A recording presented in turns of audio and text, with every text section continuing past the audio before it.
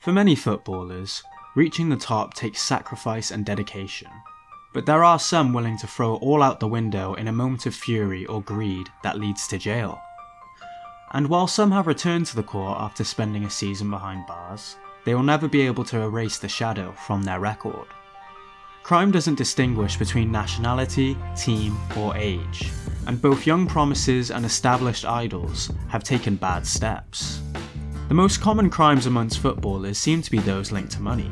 Even players of the stature of Neymar convicted for mismanagement and corruption, or Lionel Messi tried for evading taxes, have fallen into this type of illegal activity. There are sports stars who have gone further and been involved in kidnappings, drug trafficking, assassinations, and even terrorism. Many soccer players have grown up in extreme situations, and despite the fact that their lives have taken a huge turn, they never managed to get rid of their origins, which, after all, are what formed them. Many of you will be surprised by the names in question, given that they are players who have left their legacy as footballers on the field, and not as criminals. However, that doesn't mean they cease to be. Robinho. He came to be announced as the new Pelé when Real Madrid signed him in 2005. Then he followed a brilliant career at Milan, Manchester City, and even in China, before returning to his native Brazil. But the player had a secret. In 2013, together with 5 other friends who were accompanying him in a club, Robinho got an Albanian girl drunk, put her in the dressing room of the place, and raped her. After a lengthy pursuit of the law, Pelé's successor was sentenced to 9 years in prison.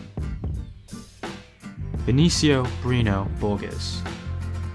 There is no doubt that alcohol leads us to do crazy things, and this is the case for the player who wore the Bayern Munich shirt in the 2011 to 2012 season.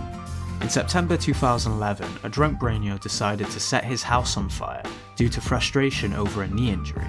He was sentenced to 3 years and 9 months in prison. In the end, everything turned out well for the Brazilian, since when he got out of prison he played for Sao Paulo, and later they hired him to lead the bench of Bayern Munich himself again. René Higuita. The Colombian goalkeeper will be remembered for creating the movement of the scorpion, a manoeuvre that consists of throwing his chest to the ground and stopping the ball with his feet. But in 1993, the former Valladolid goalkeeper spent 7 months in prison for negotiating the rescue of the daughter of a close friend, who had been kidnapped by Pablo Escobar. The affected friend gave Higuita financial compensation for acting as a mediator, which was enough to charge him for kidnapping. Diego Armando Maradona. The Argentine star has always had a complicated relationship with the law. In 1991, he was arrested and processed in prison for cocaine consumption, to later be released. 3 years later, he was returned to preventive detention for shooting several journalists outside his home, and in 2013 was under the crosshairs of the Italian law for allegedly evading taxes. Peter Storey. English crimes are the most eccentric on the list.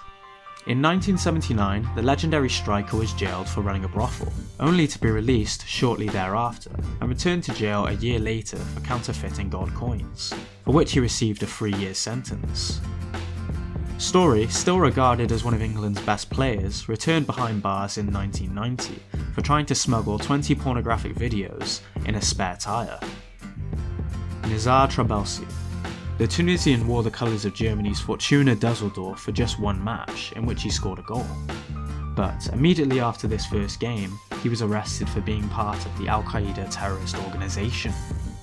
It turns out that while his teammates were training, Trabelsi was planning an attack on the United States Embassy in Paris, in which he would be the suicide bomber who would blow himself up.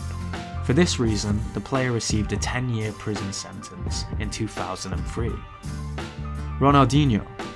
One of the most recent cases was that of the Brazilian star who spent 171 days behind bars in Paraguay, where he was arrested along with his brother with a false passport when they were travelling on business.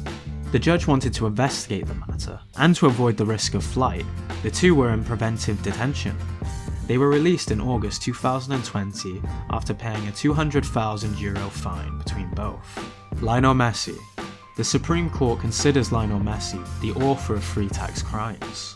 The High Court has confirmed the sentence of 21 months in prison that the Barcelona court imposed on the actual PSG striker for defrauding €4.1 billion from the treasury during the years 2007, 2008 and 2009.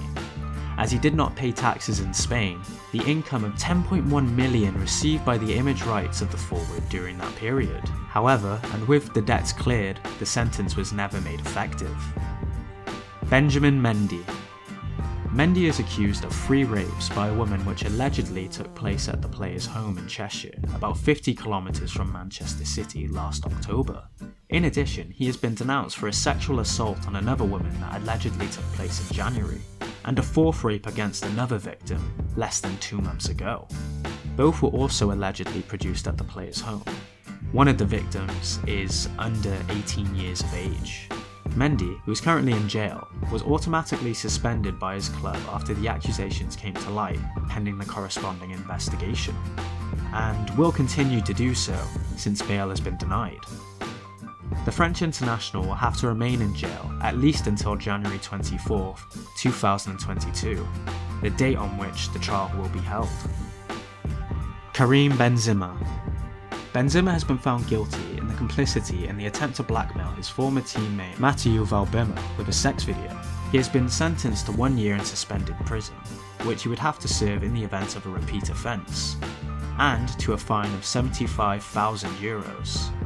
The Versailles court considered that the conversation that Benzema had with Valbuena, in which he tried to convince him to contact the blackmailers, constitutes a deliberate intervention so that the lying footballer would pay to prevent the video from being broadcasted. The world of football and prison. What 2 different worlds, and how easily many footballers end up behind bars for bad advice or their bad head. The list is eternal, and without a doubt, it will continue expanding over the years.